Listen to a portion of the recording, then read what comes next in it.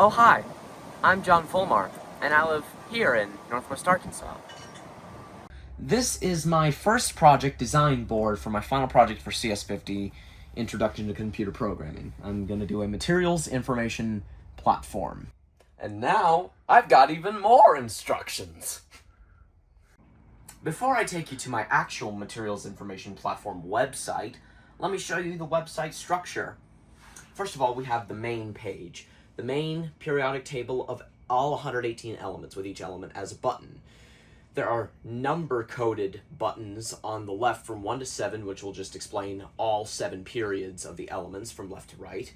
And there's also color-coded groups buttons that will explain to you what groups you clicked on. If you click on any element, for instance, say gold, you will go to the element page, which will basically just give you everything you need to know about the element, covalent radius, atomic radii, etc. Right before I show you how my actual website works, let me show you the file structure of my website. First of all, it's all in a folder called Project, which includes all of the files. Just one of them includes elements. To make things easier for us to edit in case something went wrong, each and every single element, 1 through 118, has its own HTML file that is about 5 lines long. And now let's navigate to the actual materials information platform interactive website. This is all of the 118 elements of the periodic table, each with their own specific buttons. These are the periods, which describe the rows of the elements from left to right. Let's click on period 5, for example. These are the elements that are contained in period 5. It describes some of their properties, what they're used for.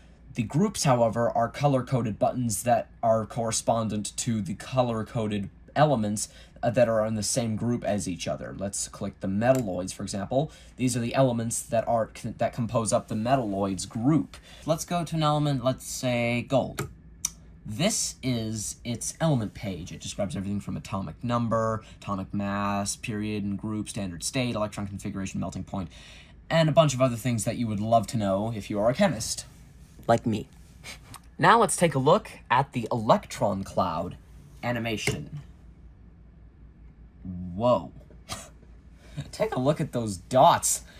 Each and every one of those color-coded dot schemes is a quantum probability field of where the electrons will be, and those colors correspond to these insane amounts of electron orbital subshells, like clover shapes and spheres and all that. Now let's take a look at the world deposit and use maps. This shows the world deposit map distribution of gold. Apparently the country that has the largest percentage of it in the world of deposits, that is China.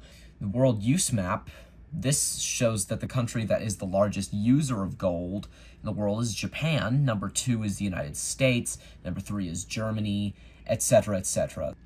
Now we're going to take a look at the industrial uses. This is the top industries and companies that use gold. So if I wanted to take a look at the top companies, just click this button, and lo and behold, we have the major ones. What I'm going to do is switch to an element that's really different, like, say, for instance, praseodymium. Let me choose the discovery history. This is the element known as praseodymium. Again, this is a different element. Discovered 1885, discoverer, country, and it does the etymology, where its name comes from, historical timeline, main dates and years. This website for my CS50 computer science final project was really made possible in collaboration with my teacher, Nelson Caldwell, behind the camera. Thank you very much. And the aid of AIs, Claude and ChatGPT. Claude helped a lot with the research as specifically directed and was essential in creating the operational, graphics, and animation code from our designs and determining the approach to solving many issues, especially debugging. It wasn't always easy to get it to help us in the way we exactly wanted it to. Source attributions are included in a box on the bottom of the periodic table landing page, and they're also located in the README file. This program should be very useful for students and researchers alike, and can be expanded to cover many more aspects of materials science. I am John Volmar, and this was CS50.